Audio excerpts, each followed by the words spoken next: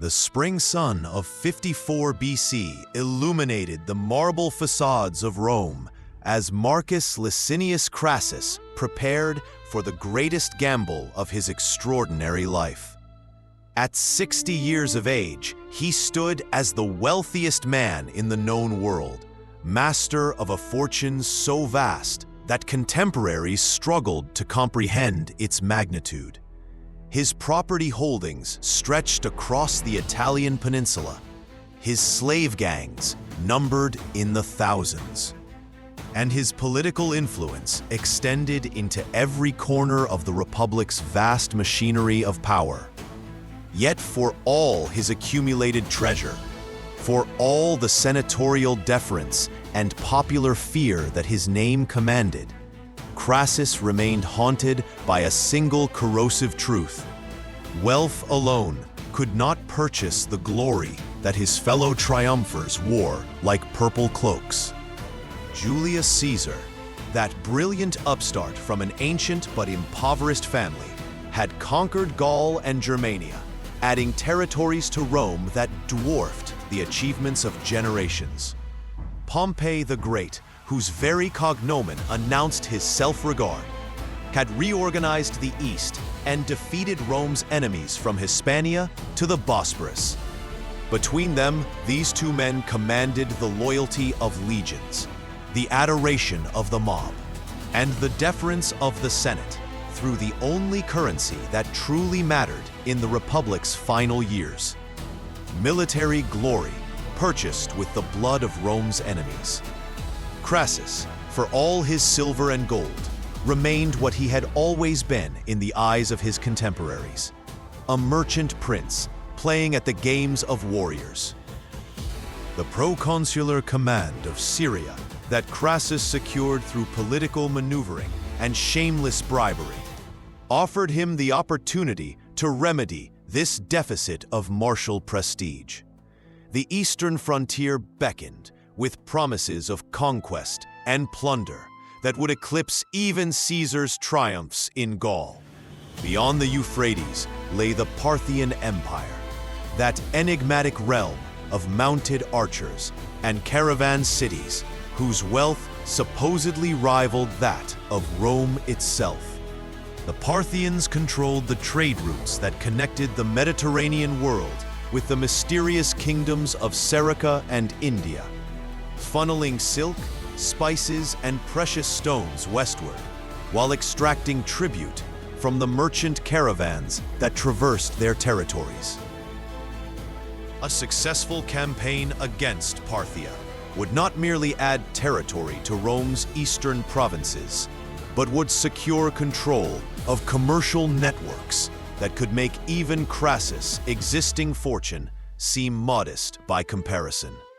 Yet the brilliance of this opportunity blinded Crassus to the fundamental differences between Parthian and Gallic warfare, between the mobile horse archers of the steppes and the tribal infantry that Caesar had defeated with such methodical efficiency. The Parthian military system, forged through centuries of conflict with the nomadic peoples of Central Asia, represented a sophistication and flexibility that Roman tactical doctrine was ill-equipped to counter. Their heavy cavalry, the famous cataphracts, whose horses and riders alike disappeared beneath scales of bronze and iron, could break infantry formations through sheer kinetic force, while their light horse archers possessed a mobility and range that rendered traditional pursuit impossible. Most significantly, the Parthians fought on ground of their own choosing, luring enemies deep into territories where water was scarce, forage non-existent, and every settlement potentially hostile. The force that Crassus assembled for his eastern adventure represented one of the most formidable military concentrations that Rome had deployed in a generation. 7 full legions, perhaps 40,000 heavy infantrymen, formed the core of his army, supplemented by 4,000 cavalry and an equal number of light infantry drawn from Syria's auxiliary populations. This was not merely an exploratory expedition or a punitive raid, but an invasion force capable of sustained operations deep in enemy territory, equipped with the siege engines, supply trains, and engineering equipment necessary for the reduction of fortified cities.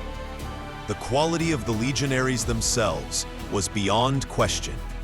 These were professional soldiers who had served in Rome's eastern campaigns for years, veterans hardened by combat against Armenian highlanders and Arabian raiders, men who knew the rhythms of eastern warfare and the demands of operating in hostile climates. Yet the army that marched eastward from Antioch in the spring of 53 BC carried within its magnificent columns the seeds of catastrophic failure. Crassus himself, despite his age and wealth, possessed minimal military experience beyond the campaigns against Spartacus 2 decades earlier. A conflict that bore no resemblance to the type of warfare he would encounter beyond the Euphrates. His insistence on assuming personal command of tactical operations rather than delegating authority to more experienced subordinates reflected the same vanity that had driven his pursuit of Eastern glory in the first place. The sycophantic officers who surrounded him, men whose appointments owed more to political connections than military competence, reinforced his delusions rather than challenging his dangerous assumptions about Parthian capabilities. The relationship between Crassus and his son Publius illustrated both the personal and the military dimensions of the tragedy that was unfolding. The younger Crassus had served with distinction under Caesar in Gaul, commanding the cavalry that had pursued Germanic tribes across the Rhine and leading successful expeditions against British coastal settlements. His experience with mobile warfare, his understanding of how cavalry could exploit infantry vulnerabilities, and his proven ability to command independent operations made him the most valuable asset in his father's army. Yet, the elder Crassus's determination to claim personal credit for the anticipated victory meant that Publius would be relegated to subordinate roles, where his expertise would be wasted, his warnings ignored, and his tactical insights dismissed as youthful impetuousness. The crossing of the Euphrates proceeded with an efficiency that seemed to validate Crassus's confidence. The great river, traditionally considered the boundary between Roman and Parthian spheres of influence, presented no significant obstacle to Roman engineering capabilities. Pontoon bridges materialized under the skilled hands of legion engineers, while the infantry secured bridgeheads on the eastern bank, dispersing the token Parthian forces that had been positioned to contest the crossing. Within days, 40,000 Roman soldiers stood on Asian soil, their standards gleaming in the Mesopotamian sun, their discipline and equipment announcing Rome's intention to extend its dominion over territories that no Western power had successfully conquered since the age of Alexander. The landscape that swallowed Crassus's magnificent army bore no resemblance to the territories where Roman legions had won their most celebrated victories. This was not the forested wilderness of Germania, where Caesar's disciplined columns had imposed order through systematic destruction.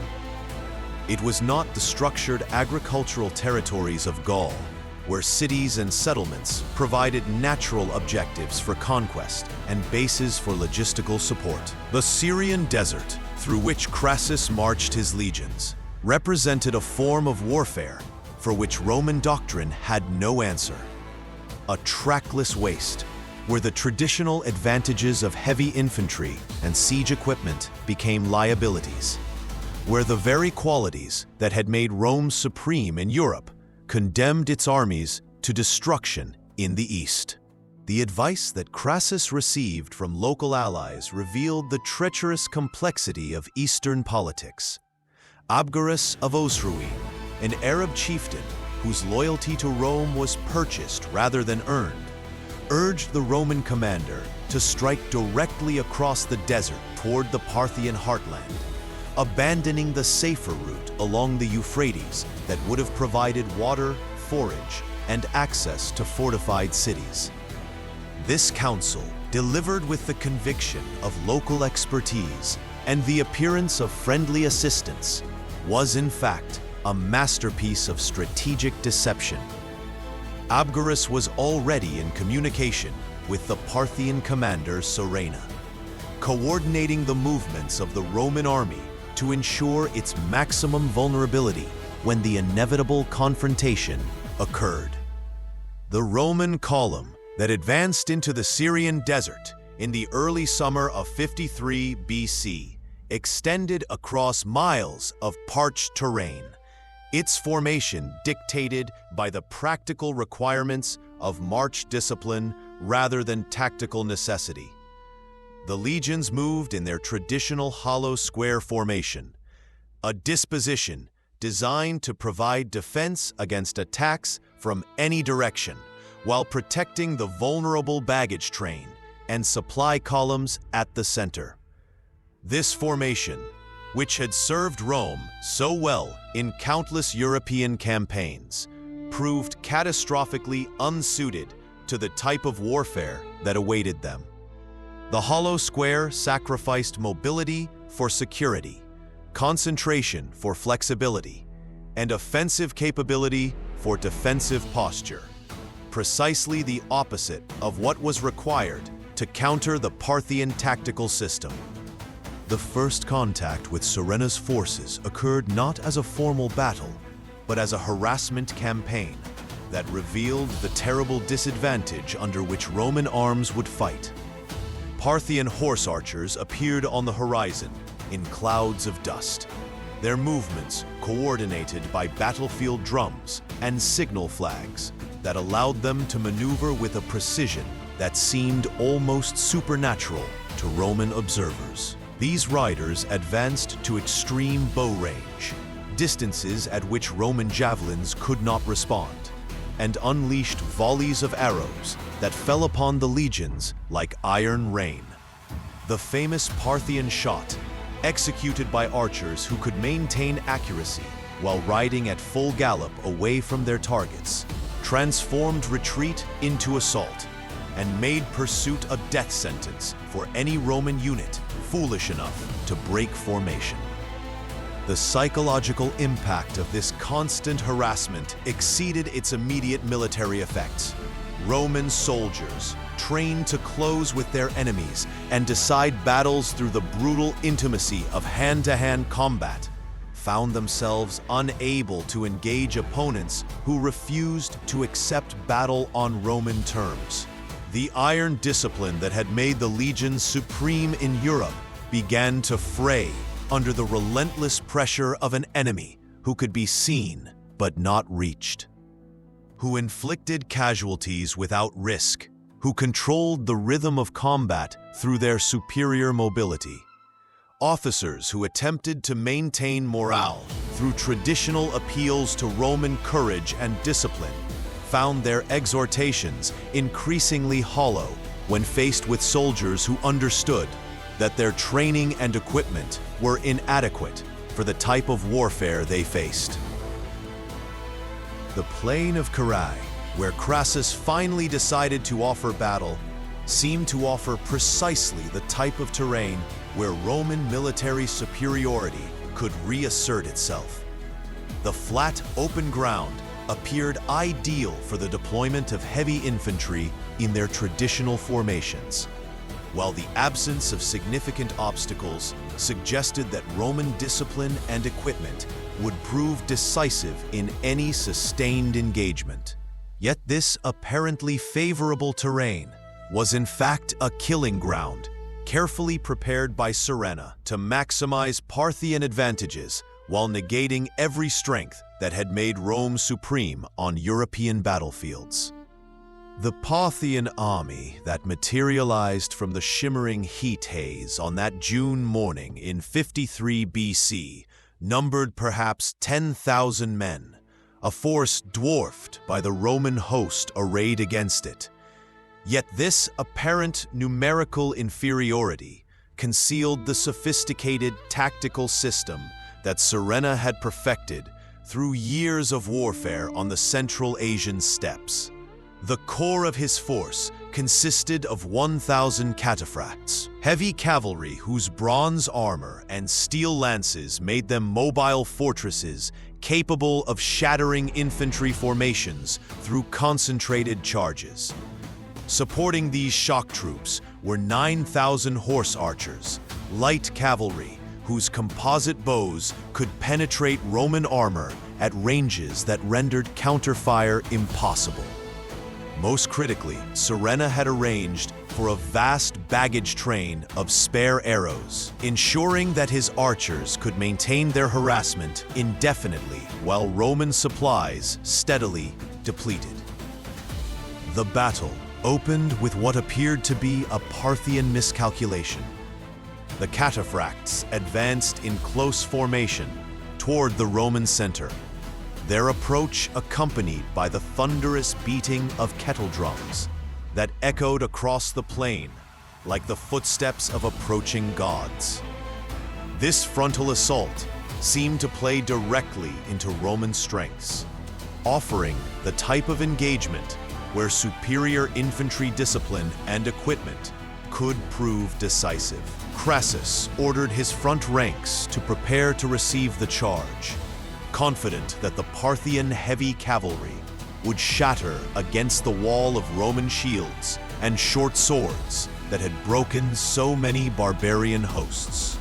Yet the cataphract charge proved to be merely the opening movement in a tactical symphony of destruction. As the heavy cavalry approached javelin range, they suddenly wheeled aside, revealing the horse archers who had been concealed behind their advance.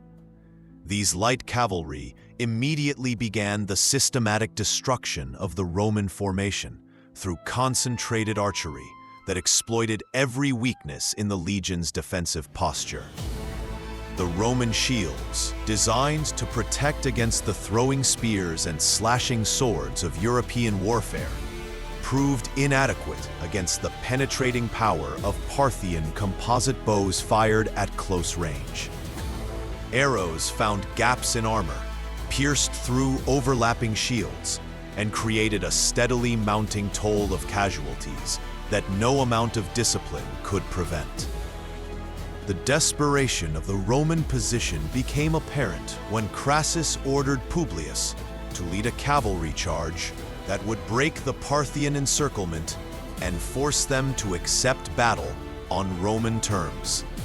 The younger Crassus, understanding that this was likely a suicide mission, but unable to refuse his father's direct command, led 1,300 Gallic cavalry and 500 archers in a furious assault against the Parthian line. The charge initially achieved spectacular success, driving the horse archers before it and creating the illusion that Roman arms could still prevail through aggressive action. Publius pursued the apparently fleeing Parthians with the confidence born of Gallic victories, convinced that decisive engagement was finally at hand. The pursuit led Publius and his cavalry directly into the trap that Surenna had carefully prepared. As the Roman horsemen extended their formation in pursuit of the retreating Parthians, they found themselves suddenly surrounded by cataphracts that had been concealed in the broken ground ahead. The heavy cavalry crashed into the disordered Roman formation from multiple directions simultaneously, while the horse archers who had been feigning flight wheeled about and began systematic destruction of the surrounded Roman force. Publius's command, the finest cavalry that Rome had brought to the east, was annihilated in less than an hour of desperate combat. The younger Crassus himself fell fighting to the last, his head severed and mounted on a pike to be paraded before the Roman lines as proof of Parthian invincibility. The sight of his son's head displayed before the Roman army broke something fundamental in Marcus Licinius Crassus. The man who had stood unmoved before the Senate's condemnation, who had faced down hostile crowds in the Forum, who had built an empire of wealth through calculated risk and merciless exploitation, found himself unable to maintain the psychological composure necessary for command in the face of personal tragedy. The death of Publius transformed what had been a military disaster into a complete collapse of leadership, at precisely the moment when clear thinking and decisive action might have salvaged something from the catastrophe unfolding on the plains of Carrhae. The remainder of that terrible June day witnessed the systematic destruction of Roman military power in the east. The Parthian horse archers, their quivers resupplied from the vast reserves that Syrena had positioned just beyond the battlefield, maintained their relentless harassment until Roman formations began to disintegrate under the accumulated weight of casualties and psychological pressure. Officers attempting to maintain discipline found themselves commanding men who understood that their shields could not protect them, that their swords could not reach their enemies, that their training and equipment were worthless against opponents who refused to fight on Roman terms. The hollow square that had seemed so formidable at dawn had been reduced by sunset to a collection of isolated units, surrounded by enemies and separated from any hope of mutual support. The retreat from Carrhae, conducted under cover of darkness, represented the final dissolution of the magnificent army that had crossed the Euphrates with such confidence just weeks earlier.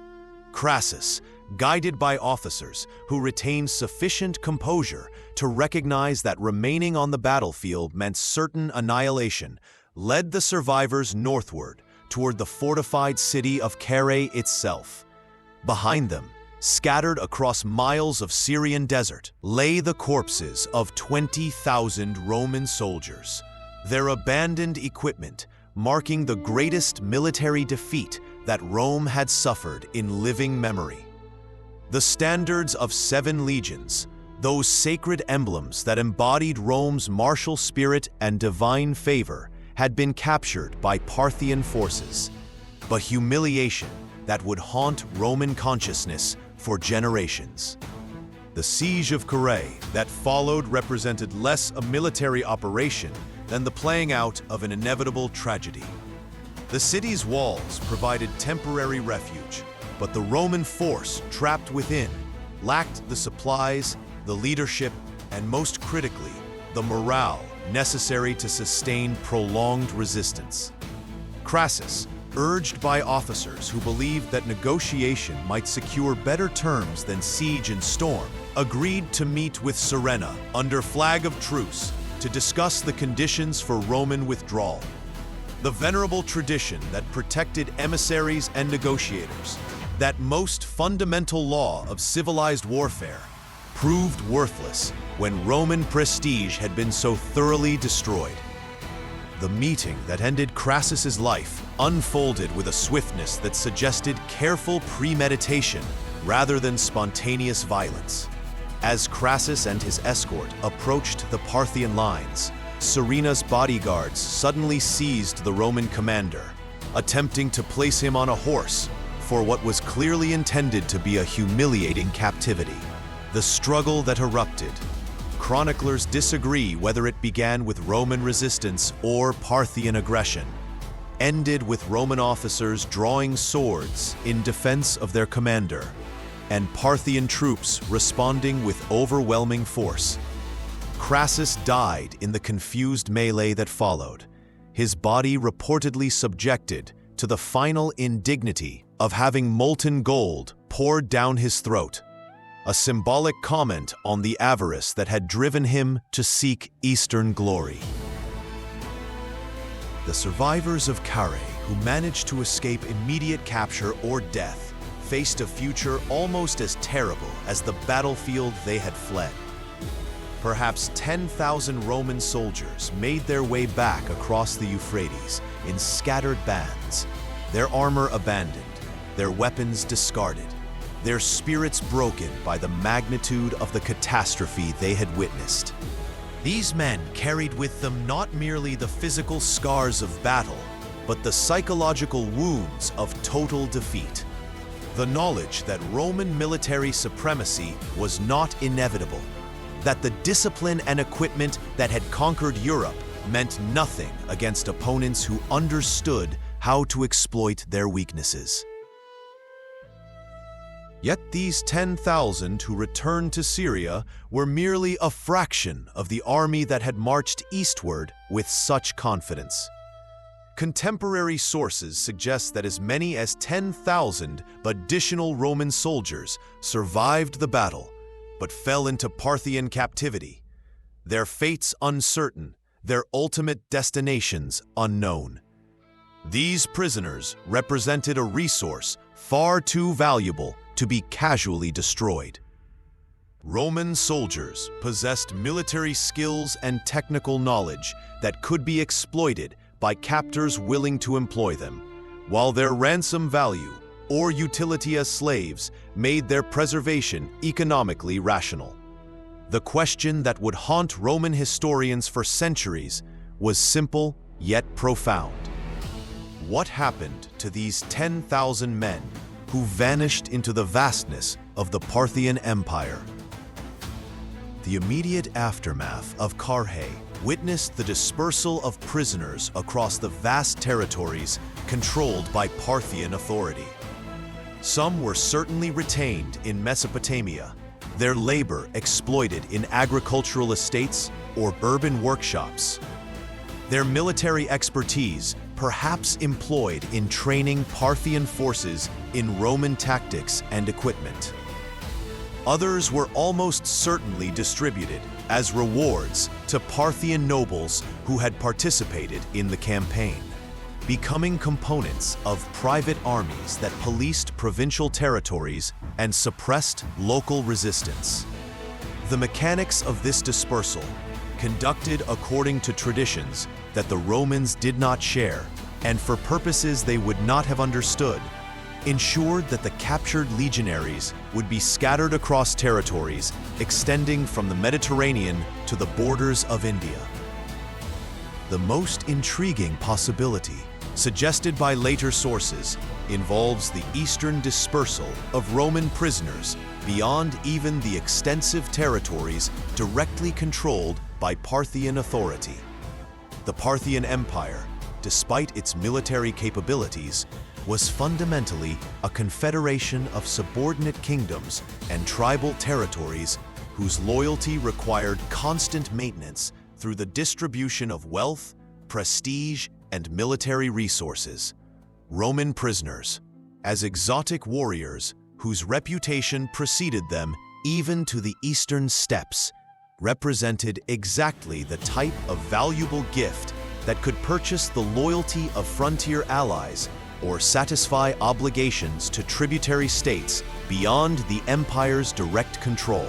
If such distributions occurred, Roman soldiers might have found themselves marching eastward along the Silk Road, bound for destinations that existed beyond the geographical knowledge of Mediterranean civilization. The silence of Roman sources regarding the fate of Carrhae's survivors reflects more than mere ignorance of their ultimate destinations. The defeat itself represented a wound to Roman pride so profound that detailed discussion of its aftermath became politically dangerous and psychologically unbearable. Official histories emphasize the heroic resistance of those who fell in battle, while minimizing discussion of those who survived to endure the shame of captivity. Yet this silence, while protecting Roman sensibilities, created a historical vacuum that would eventually be filled by speculation, legend, and theories that stretched the boundaries of credibility.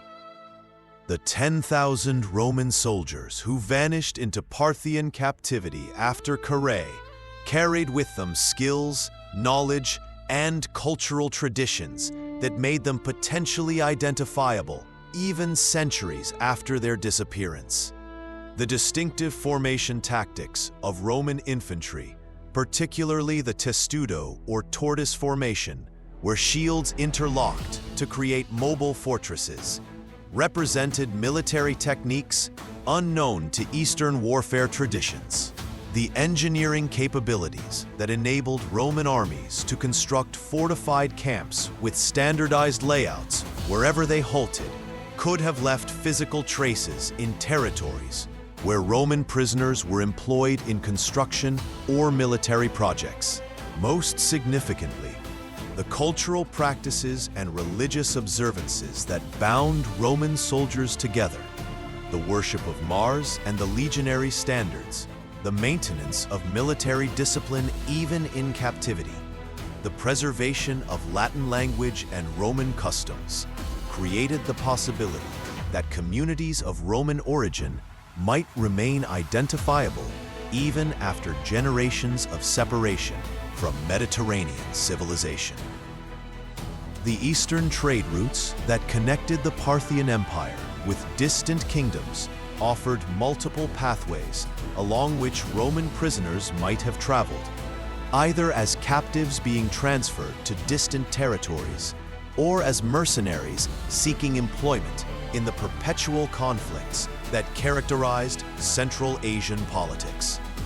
The Silk Road, that famous network of caravan routes that funneled Chinese silk and spices westward while carrying Roman gold and Mediterranean glass eastward, was in fact a corridor of military as well as commercial exchange. Kingdoms and confederations along this route constantly sought military expertise and professional soldiers to supplement their tribal levies, creating a market for the services of experienced warriors, regardless of their origins.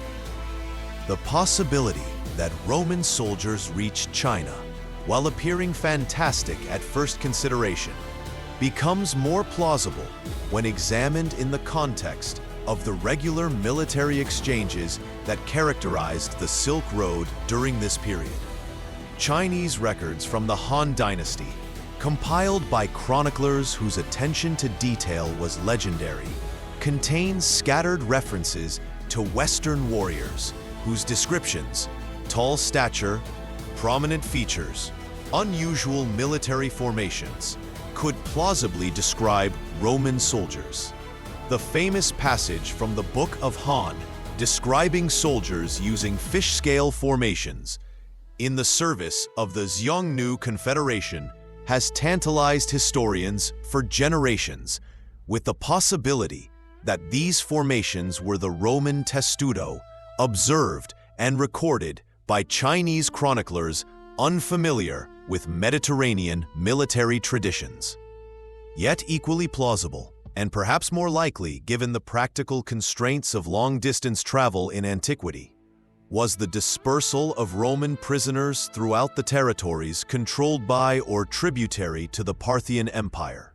The vast North African territories that bordered Roman provinces to the west could have received Roman prisoners as slaves, settlers, or military colonists, their presence leaving traces in local customs, architectural techniques, or genetic legacies that might still be detectable through careful historical and archaeological investigation.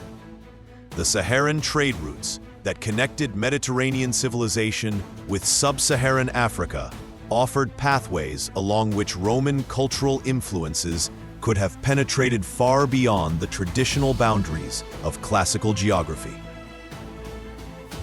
The human dimension of these various scenarios, the lived experience of Roman soldiers adapting to captivity in alien cultures, the psychological toll of separation from homeland and comrades, the gradual erosion of Roman identity through intermarriage and cultural assimilation, adds a haunting quality to the historical mystery. These were not merely abstract military units that vanished into historical obscurity, but individuals with names, families, hopes, and fears that were transformed by catastrophic defeat into something that classical sources could not or would not record.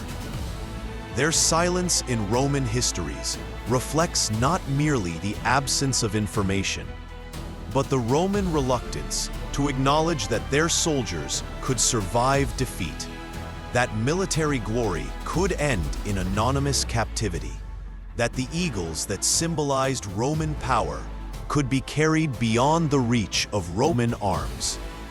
The mystery of the Lost Legion thus becomes something more than a mere historical puzzle about the fate of 10,000 missing soldiers. It represents the fundamental question of what happens when the certainties of civilization, military superiority, cultural continuity, historical recognition are shattered by catastrophic defeat.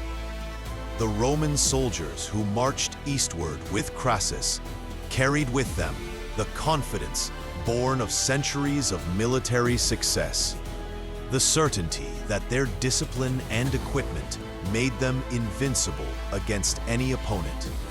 Their disappearance after Carrhae challenged these foundational assumptions, suggesting that even Rome's military might had limits, that defeat could lead not merely to death, but to something potentially worse, the complete erasure of identity and the permanent separation from the civilization that had defined their existence.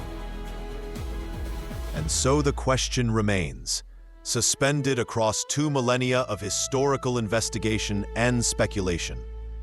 What became of these men who vanished into the vastness of Asia? Did they march eastward along the Silk Road, carrying Roman military traditions to the courts of Chinese emperors? Did they disperse southward into the Sahara, leaving traces of Roman customs in the cultures of North Africa? Did they simply die in anonymous captivity? Their stories, lost forever to the silence that swallows most of human experience. The search for answers continues, guided by fragmentary evidence, sustained by historical imagination, and driven by the fundamental human need to complete stories that history has left unfinished. The search for Crassus's lost legionaries begins not with archaeological discoveries or dramatic revelations, but with the patient accumulation of fragments scattered across centuries of historical records, each piece tantalizingly suggestive, yet frustratingly incomplete. The Roman sources themselves provide the foundation.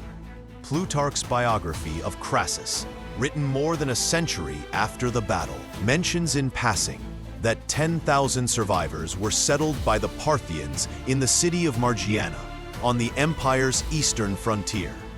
This single reference, delivered without elaboration or context, raises more questions than it answers. Why Margiana, a remote city thousands of miles from the battlefield at Carrhae? What purpose did the Parthians envision for a settlement of Roman military colonists on their frontier with the nomadic peoples of Central Asia? Most critically, what happened to these colonists after their establishment in this distant outpost? The geography of Margiana itself provides crucial context for understanding the strategic logic behind this apparent dispersal. Located in what is now Turkmenistan, near the modern city of Mary, Margiana occupied a critical position along the trade routes connecting Mesopotamia with the kingdoms of Bactria and ultimately with China itself. The oasis city controlled access to vital water resources in an otherwise hostile environment, while serving as a staging point for caravans preparing to cross the Karakum Desert. For the Parthian Empire, Maintaining control over Margiana meant securing one of the key nodes in the commercial network that generated much of their wealth. Yet this strategic importance came with corresponding vulnerability. The city lay exposed to raids by nomadic confederations whose mobility and martial prowess made them dangerous opponents even for well-fortified settlements. The military logic of establishing Roman prisoners in such a location becomes apparent when considered in this strategic context. The Parthians, having demonstrated at Carrhae their tactical superiority over Roman infantry formations, nevertheless recognized that these same infantry possessed capabilities that could prove valuable in defensive operations. The construction of fortifications, the organization of systematic perimeter defense, the maintenance of supply networks across hostile territories. These were precisely the skills where Roman military expertise exceeded that of the mobile horse archers who dominated Parthian tactics. A garrison of Roman infantry, properly deployed and motivated, could transform Margiana from a vulnerable oasis into a formidable strongpoint capable of securing Parthian interests against nomadic threats. Yet even if we accept Plutarch's assertion about the Margiana settlement, a vast gap remains between this placement on the Parthian frontier around 50 BC and the appearance of mysterious Western warriors in Chinese records a generation later. The silence of intervening sources is profound and troubling. Neither Parthian records nor Chinese chronicles provide continuous evidence of Roman presence in Central Asia during the crucial decades when these hypothetical legionaries would have been adapting to their new circumstances. The discontinuity forces us to confront the possibility that the Margiana settlement was merely the first stage in a longer journey, that political or military developments in the years following Carrhae might have propelled at least some of these Roman soldiers even farther eastward. The historical landscape of Central Asia during the decades following Carrhae was dominated by the conflict between the Han Dynasty of China and the Xiongnu Confederation of nomadic peoples whose territories stretched from Mongolia to the borders of Parthian influence. This struggle, which had persisted for centuries before Carrhae and would continue for centuries afterward, created constant demand for military expertise, mercenary forces, and technological innovations that could provide advantage in the perpetual frontier warfare that characterized the region. The Xiongnu, despite their formidable reputation as mounted warriors, understood that their military system possessed limitations when confronting the fortified cities and disciplined infantry of sedentary civilizations. Professional soldiers who could offer expertise in siege warfare, fortification construction, or infantry tactics would have been valuable commodities in this military marketplace. The critical moment in this narrative arrives with the Battle of Zhizhi in 36 BC, an engagement between Han Dynasty forces and the Xiongnu that Chinese chronicles describe with unusual detail.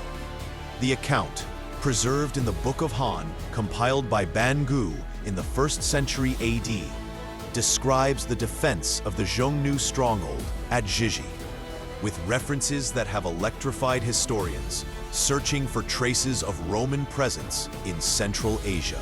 The Chinese chronicler notes that defenders employed fish-scale formations and constructed defensive works using techniques unfamiliar to Chinese observers.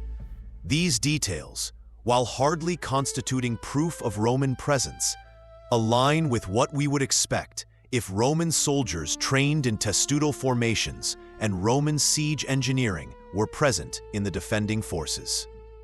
The fish-scale formation described in Chinese sources corresponds with striking precision to the testudo tactic that represented one of the most distinctive elements of Roman military doctrine.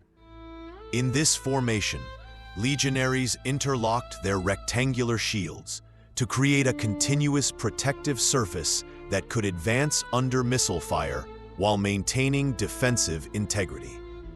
The overlapping pattern created by this arrangement resembled fish scales, a visual similarity that a Chinese observer unfamiliar with Roman tactics might naturally employ when attempting to describe something unprecedented in their military experience. The fact that this description appears in connection with defensive operations at a frontier fortress, precisely the type of mission where Roman infantry expertise would prove most valuable, strengthens the circumstantial case for Roman involvement.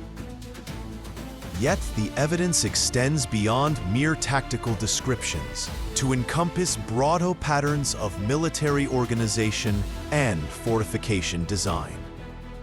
The stronghold at Zhizhi, according to archaeological investigations conducted in recent decades, incorporated double wooden palisades reinforced with earthworks in a configuration that bears striking resemblance to Roman auxiliary fort designs from the same period. The Chinese sources describe these fortifications as foreign in character, distinct from both Chinese and nomadic construction traditions, and note their unusual sophistication for what was supposedly a temporary nomadic settlement. The possibility that these fortifications reflected Roman engineering expertise, transmitted through veterans settled in Margiana and subsequently recruited into Xingnu service, provides a plausible mechanism for the appearance of Roman influence so far from the Mediterranean world. The most controversial and captivating element of the Lost Legion narrative centers on the village of Liqian in Gansu Province, northwestern China, where local traditions and physical characteristics of the population have long been claimed to indicate Roman ancestry.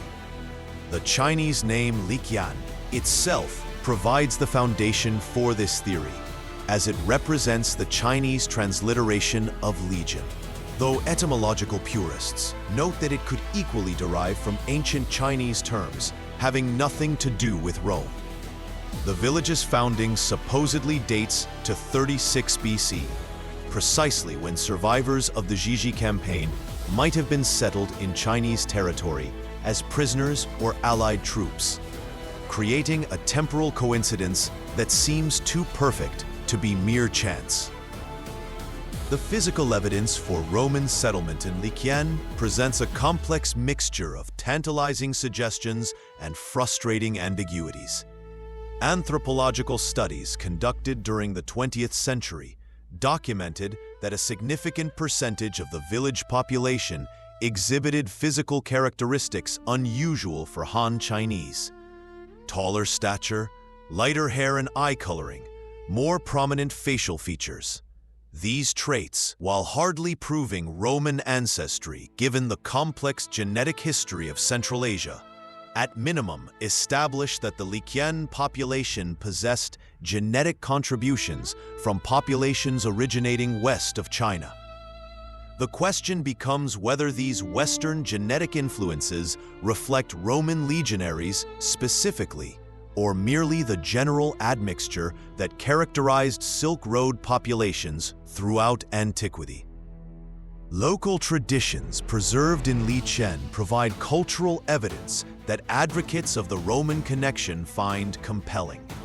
Village elders relate stories of ancestors who arrived from the west bearing strange weapons and fighting in formations, unlike those used by Chinese armies.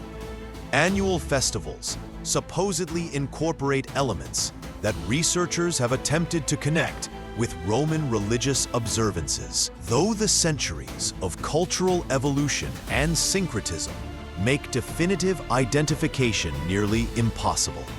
Perhaps most intriguingly, Local architectural traditions allegedly preserve building techniques involving rammed earth construction and fortification layouts that some researchers claim show Roman influence. Though again, the evidence remains contested among specialists who note similar techniques throughout the region. The scientific investigation of the Liqian hypothesis through DNA analysis has produced results that simultaneously encourage and frustrate those seeking definitive answers. Studies conducted in the early 21st century identified genetic markers in the Liqian population suggesting European ancestry, with estimates placing the introduction of these genes approximately 2,000 years ago, precisely the period when the lost legionaries would have reached China if the theory holds true.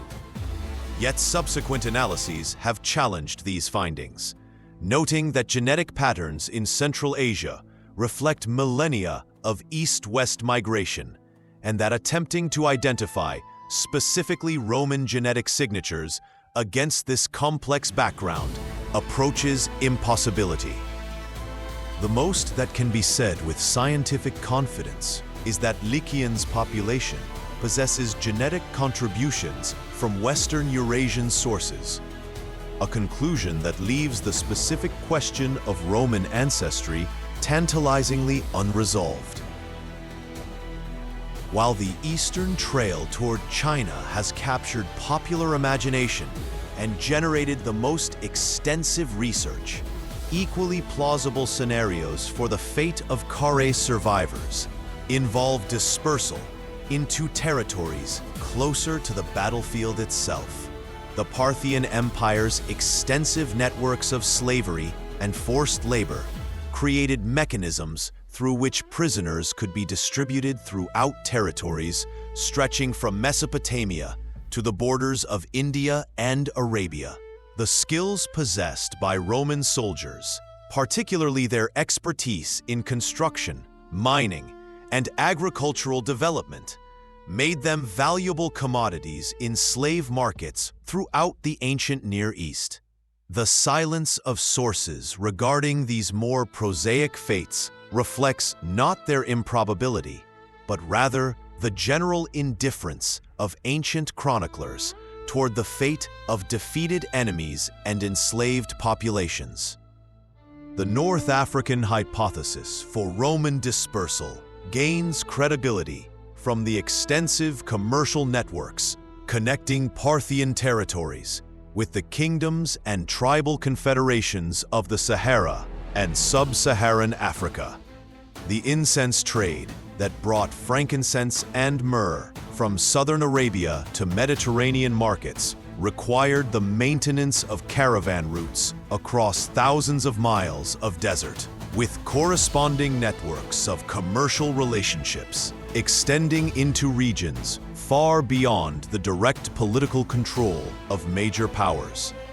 Roman prisoners transferred into these commercial networks either as slaves or as guards protecting valuable caravans could have found themselves transported into territories that Roman geographical knowledge barely acknowledged. Archaeological evidence from the Fezzan region of southern Libya provides fragmentary but intriguing suggestions of Roman military presence in areas far beyond the traditional boundaries of Roman authority. Rock carvings discovered in remote wadis depict figures in apparent Roman military equipment. Their shields, rectangular rather than the oval shapes typical of local warriors. Their formations suggesting disciplined military units rather than tribal warbands. The dating of these carvings remains contested, with estimates ranging across several centuries. Yet their very existence in territories hundreds of miles from the nearest Roman military installation demands explanation. The Garamantes civilization that flourished in the Fezzan during the 1st centuries AD maintained extensive commercial relationships with both Roman North Africa and the sub-Saharan kingdoms to the south. Their remarkable underground irrigation systems, or fogaras, which allowed agriculture in one of the harshest environments on Earth, required sophisticated engineering expertise that Roman prisoners might well have provided.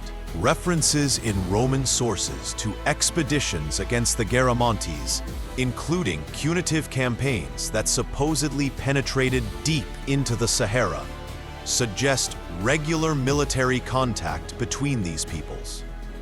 The possibility that some of Carrhae's survivors found their way into Garamantian service, either through direct Parthian transfer or through the complex networks of slave trading that connected the ancient Near East with North Africa, offers a scenario as plausible as the more celebrated journey to China.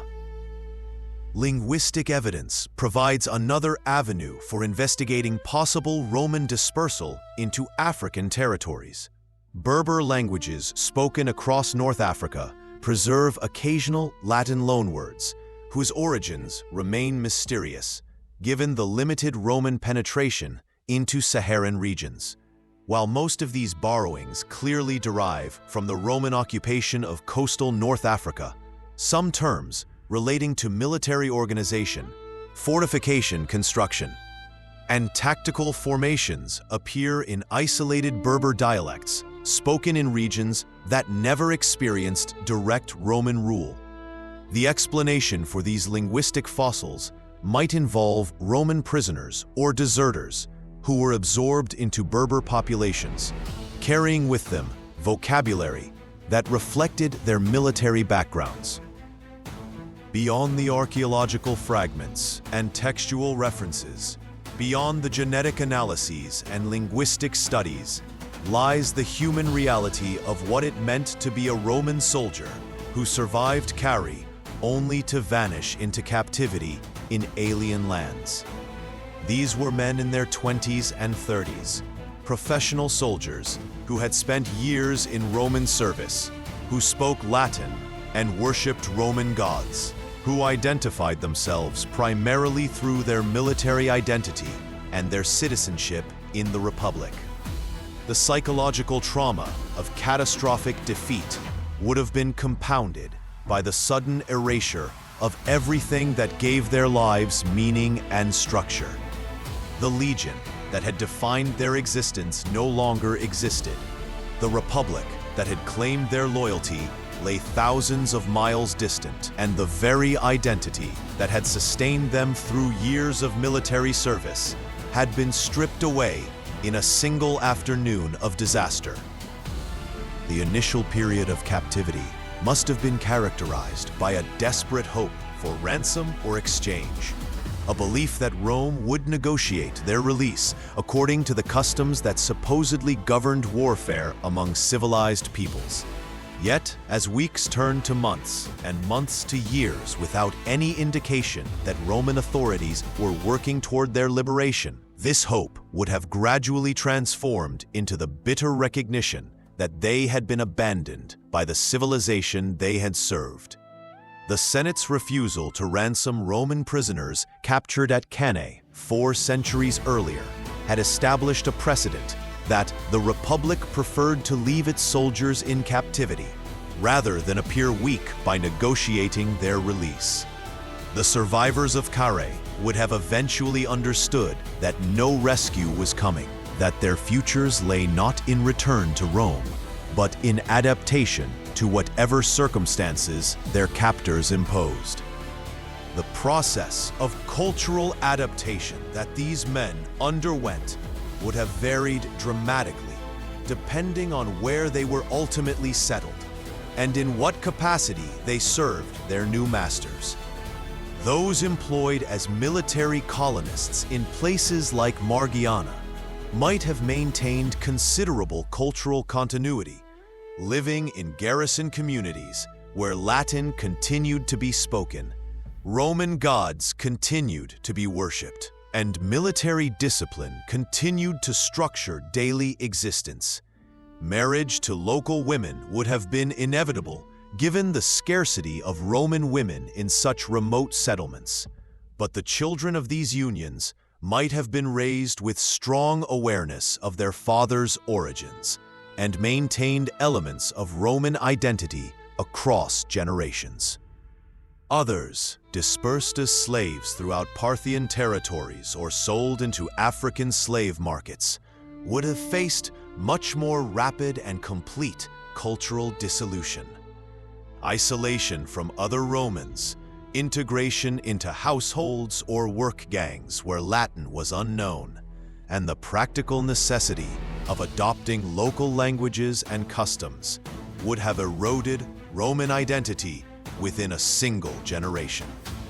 The children of these men, born to non-Roman mothers and raised in communities where their fathers' origins were at best a curiosity and at worst a stigma, would have possessed at most fragmentary knowledge of Roman culture, transmitted through stories that grew increasingly distorted with each retelling. The religious dimensions of this cultural transformation would have been particularly poignant. Roman soldiers maintained intense devotion to the military standards that embodied their legion's identity and to the traditional gods who supposedly protected Roman arms. The loss of these standards at Carrhae represented not merely military defeat, but spiritual catastrophe, the visible proof that the gods had abandoned Rome's cause. Those who survived to face captivity in lands where Roman deities were unknown would have confronted a profound theological crisis. Some likely maintained private devotion to traditional gods, despite the absence of proper temples and sacrifices, while others may have found in Eastern religious traditions, Zoroastrianism, Buddhism, or local cults, spiritual frameworks that could provide meaning in their transformed circumstances. The greatest obstacle to recovering the true fate of Carrhae's survivors lies not in the absence of evidence, but in the systematic silence of sources that had both the knowledge and the motivation to record what happened. Roman histories, written in the decades following the disaster, treated Carrhae with a mixture of shame and strategic omission, emphasizing the heroic resistance of those who died, while minimizing discussion of those who survived to face captivity. This selective memory reflected not merely personal embarrassment, but political calculation. The Roman Republic, in its final decades, could not afford to acknowledge that its military superiority had been so thoroughly challenged, that its soldiers could be defeated and scattered by Eastern opponents, that the eagles that symbolized Roman power now decorated Parthian temples. Parthian sources, had they survived in substantial quantities, might have provided the information that Roman pride suppressed. Yet the Parthian Empire, despite its military sophistication and commercial importance, left remarkably few written records that have survived to the present. The reasons for this documentary poverty remain debated among scholars, but the practical result is that we possess almost no Parthian perspective on the disposition of Roman prisoners after Carrhae. The references that do exist, transmitted through Roman and Greek sources that viewed Parthian civilization through hostile lenses, provide fragmentary glimpses rather than systematic accounts. We know that the Romans were settled somewhere, employed somehow, but the specifics of their treatment and ultimate fate vanished with the Parthian Empire itself. Chinese records, while more extensive and systematic than their Parthian equivalents, suffer from different limitations that hamper our ability to identify Roman presence with certainty. Han Dynasty chroniclers recorded events according to cultural frameworks that assumed Chinese civilization represented the natural order of the universe, with all foreign peoples occupying various degrees of barbarism, defined primarily by their relationship to Chinese authority. Western peoples were lumped together in broad categories that made little distinction between Parthians, Bactrians, and any other populations originating beyond the western frontiers. The fish scale formations, noted at Zhizhi, might indeed represent Roman tactics observed and recorded by Chinese chroniclers, or they might reflect some other military tradition that happened to employ similar defensive techniques. The methodological challenges of connecting these fragmentary references into a coherent narrative of Roman dispersal reflect broader limitations inherent in ancient historical research. We are attempting to trace individuals whose names we do not know through territories whose political boundaries shifted constantly, across time periods when written records were scarce and often lost, relying on sources that viewed events through cultural assumptions fundamentally different from our own. The wonder is not that definitive proof remains elusive, but that we possess any evidence at all of what happened to men who were, from the perspective of ancient chroniclers, merely defeated enemies whose fates merited no particular attention. The 20th and 21st centuries have witnessed increasingly sophisticated attempts to resolve the mystery through scientific methodologies unavailable to earlier generations of historians.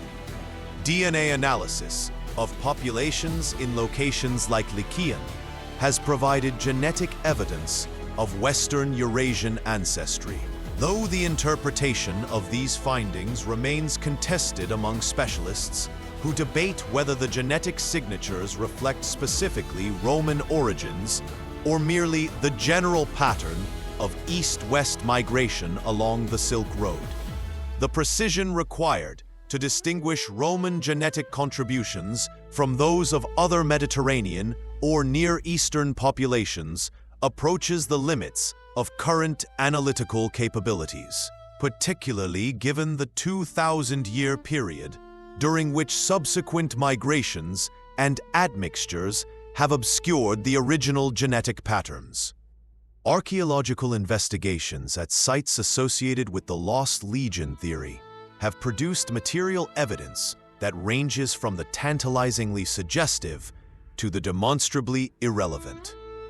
Excavations at the presumed location of Zhizhi revealed fortification patterns that some researchers claim show Roman influence, while others attribute the same features to indigenous Central Asian military traditions or to Chinese engineering techniques adapted for frontier defense. The discovery of what were initially identified as Roman coins in Chinese contexts generated considerable excitement until closer examination revealed them to be later Byzantine issues that arrived through normal commercial channels, rather than through military movements in the 1st century BC. The application of remote sensing technologies and satellite imagery to archaeological survey in Central Asia and North Africa has opened new possibilities for identifying sites that might preserve evidence of Roman military presence far beyond traditional frontier zones. Linear features visible in satellite photographs of the Taklamakan Desert have been speculatively identified as remnants of Roman-style marching camps, though ground verification of these interpretations remains incomplete. Similar investigations in the Sahara have revealed previously unknown fortified settlements whose layouts bear superficial resemblance to Roman military installations. Though again, the definitive identification of these sites as Roman rather than indigenous construction awaits more thorough archaeological investigation. The historical profession's evolving approach to the Lost Legion question reflects broader changes in how ancient history is researched and presented. Earlier generations of scholars tended toward either credulous acceptance of the most dramatic theories or dismissive rejection of any speculation beyond the explicit testimony of literary sources. Contemporary historical methodology attempts to navigate between these extremes, acknowledging the legitimate possibilities suggested by fragmentary evidence, while maintaining appropriate skepticism about claims that exceed what the sources can actually support. The result is a more nuanced understanding that emphasizes probability rather than certainty, that recognizes multiple possible fates for different groups of survivors, and that accepts that some historical questions may never be definitively resolved. The enduring fascination with the lost legion of Crassus extends far beyond academic interest in resolving a historical puzzle. The story touches something fundamental in human consciousness, the recognition that even the mightiest civilizations contain within themselves the seeds of disaster, that military superiority and cultural confidence provide no guarantee against catastrophic defeat. The Roman soldiers who marched eastward with Crassus embodied the apex of ancient military power. Yet within weeks, they had been reduced to fugitives and captives scattered across territories that Roman geography barely acknowledged. Their fate reminds us that history is not the orderly progression from strength to greater strength that nationalist narratives prefer, but rather a chaotic process in which even the most powerful can be brought low by hubris, miscalculation, or simply bad fortune. The various theories about what happened to these men reflect our contemporary concerns and preoccupations as much as they illuminate ancient realities. The China hypothesis appeals to our fascination with connections between civilizations, with the romantic notion that soldiers from opposite ends of Eurasia might have encountered each other in the remote outposts of the Silk Road. The African dispersal theory speaks to our growing recognition that ancient history was not confined to the Mediterranean civilizations that dominate traditional narratives, but extended into regions and populations that earlier scholarship systematically ignored. Even the most prosaic explanation that most prisoners simply died in anonymous captivity or were gradually absorbed into Near Eastern populations carries a melancholy power as a reminder that most human stories end without recognition or remembrance. The Lost Legion has inspired countless works of historical fiction, from novels to films, each authoring imaginative reconstructions of what might have happened when Roman discipline encountered Chinese imperial power, or when Mediterranean military traditions were transplanted into African contexts. These creative interpretations, while not pretending to historical accuracy, perform a valuable service by making vivid the human dimensions of a story that scholarly caution necessarily treats with appropriate reserve. They remind us that behind the fragmentary references and contested archaeological evidence were actual people who experienced fear, hope, despair, and adaptation as they navigated circumstances that none of them could have anticipated when they joined Crassus's expedition.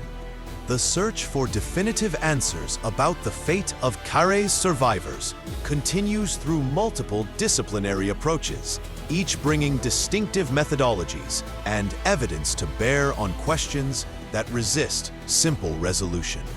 Geneticists work to refine techniques for identifying ancient population movements and admixtures, hoping to trace Roman genetic signatures with sufficient precision to confirm or refute claims about communities like Liqian.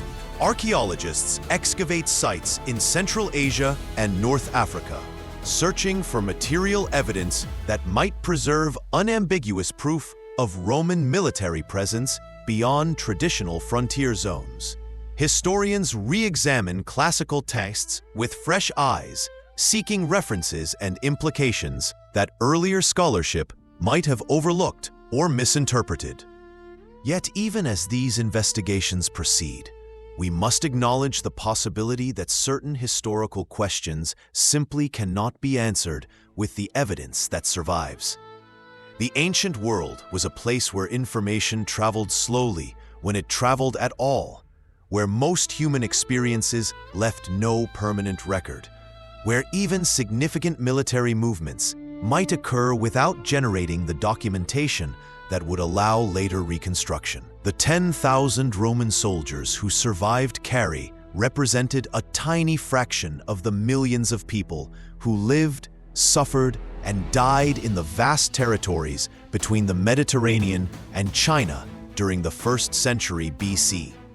Their individual stories, however dramatic they might have been if fully known, were ultimately absorbed into the larger patterns of human migration, cultural adaptation, and historical change that characterize the ancient world. The responsibility of contemporary scholarship lies not in forcing definitive conclusions from insufficient evidence, but in carefully assessing what we can know, acknowledging what we cannot know, and maintaining openness to new discoveries that might shift the balance of probability. The Lost Legion of Crassus occupies that fascinating borderland between history and legend, where fragmentary evidence permits multiple interpretations without conclusively establishing any single narrative.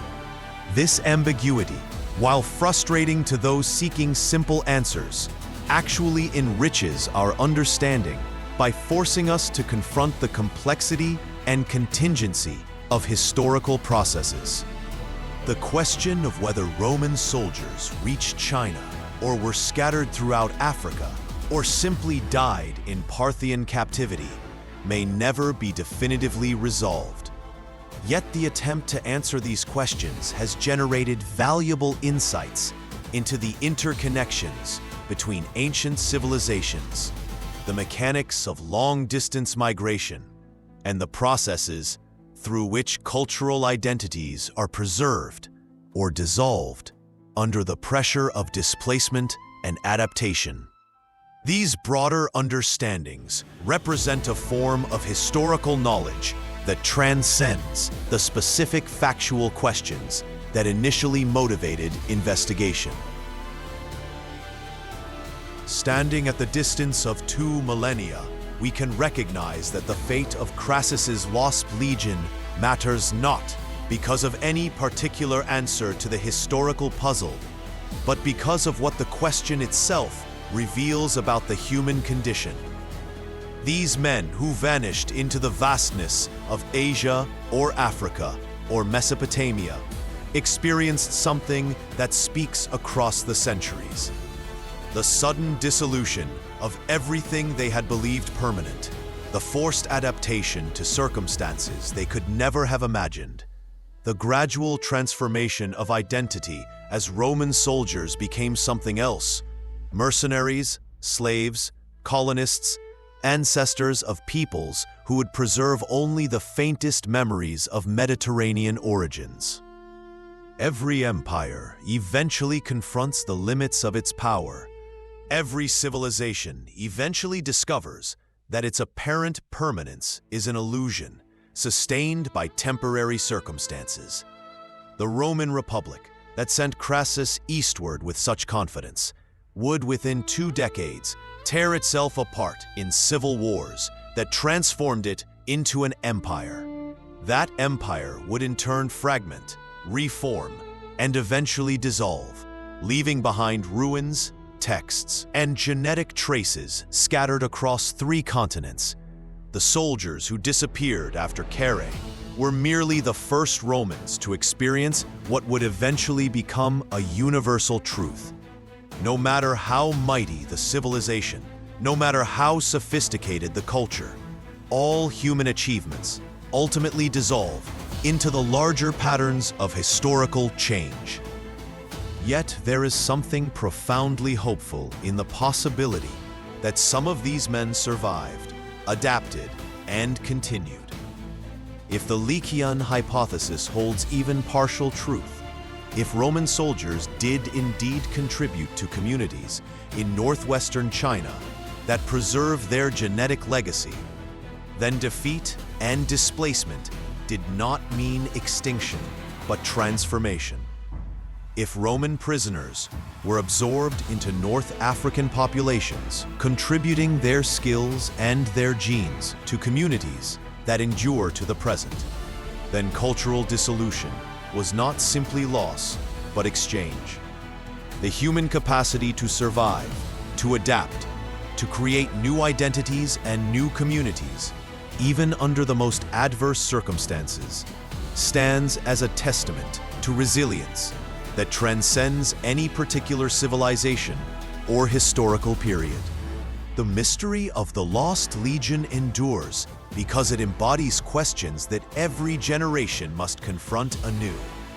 What happens when the certainties that structure our lives suddenly collapse? How do we maintain identity when separated from the communities and traditions that define us? What traces of our existence will survive when we ourselves are gone? The 10,000 Roman soldiers who vanished after Carrhae faced these questions in their most extreme form. And their responses, whatever they were, created ripples that extend across centuries and continents, touching populations that have no conscious memory of Roman origins, yet may carry within their genes and their cultural practices the faint echoes of that ancient catastrophe. The search continues, guided by improving technologies and expanding archaeological knowledge, sustained by the fundamental human drive to recover lost stories and complete interrupted narratives. Perhaps future discoveries will provide definitive answers about what happened to the survivors of Carrhae. Perhaps genetic analysis will establish beyond doubt whether Roman legionaries reached China or dispersed throughout Africa. Perhaps archaeological excavation will uncover inscriptions that name the vanished soldiers and record their ultimate fates. Or perhaps the mystery will persist, resistant to resolution, a permanent reminder that history preserves only fragments of human experience, and that some stories remain forever incomplete. What we can say with certainty is that the question itself matters more than any particular answer.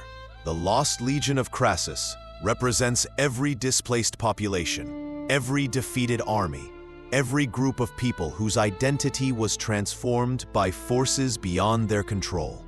Their story is ultimately our story, a reminder that we are all descendants of survivors who adapted to catastrophic change, who preserved what they could of their original identities, while creating new forms of community and culture in alien circumstances. The silence of the sources that frustrates historical investigation becomes in this light not an obstacle, but a space for recognition. Most human experience leaves no record. Most stories end without being told. And yet the human journey continues, generation after generation, creating from defeat and displacement the materials for survival and renewal. The Lost Legion marches still, not through the deserts of Syria or the wastes of the Taklamakan, but through the imagination of everyone who wonders what happened to them and what their fate reveals about the precarious nature of all human achievement. They remind us that history is not just the story of great civilizations and famous leaders, but of countless unnamed individuals who adapted, survived, and continued, even when everything they knew had been destroyed.